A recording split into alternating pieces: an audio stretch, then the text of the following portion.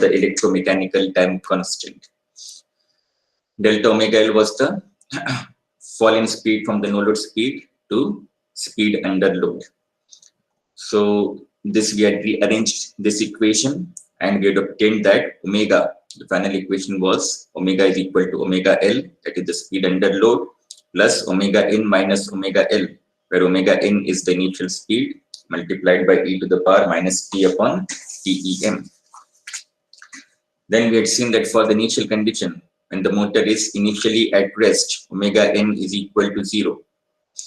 So omega became equal to omega L bracket 1 minus e to the power minus t upon TEM.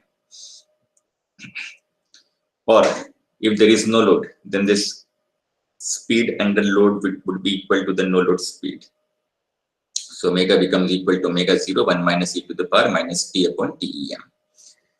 We had also seen the characteristics of the speed as a function of time for two different cases.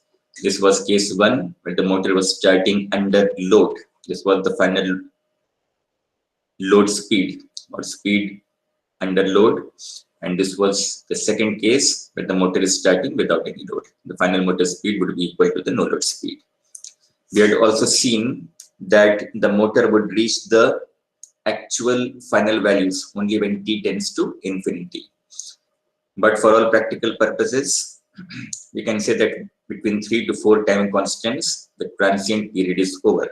Because after 3 time constants, the motor speed reaches about 95% of the final speed. And in 4 time constants, it reaches 98% of the final speed. So in 3 to 4 time constants, we can say that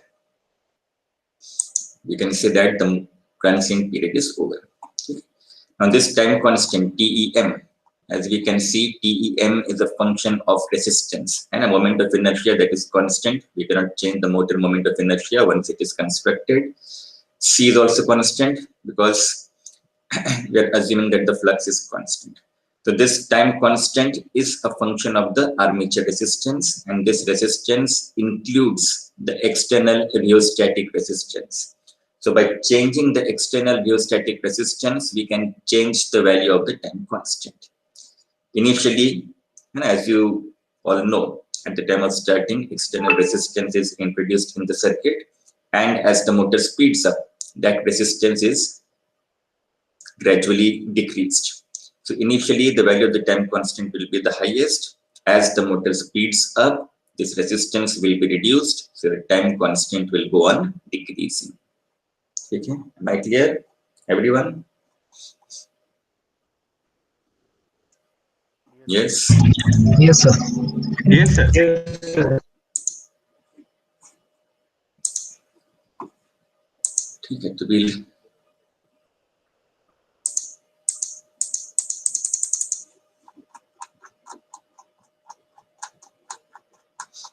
we'll continue after this today. Okay. Our next purpose is to find out the armature current as a function of time during starting. Okay.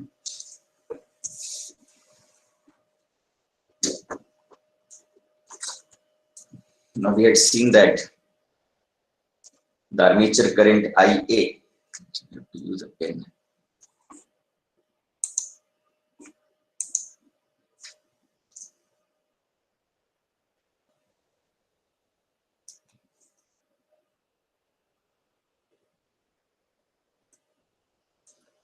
The armature current IA, that is equal to J by C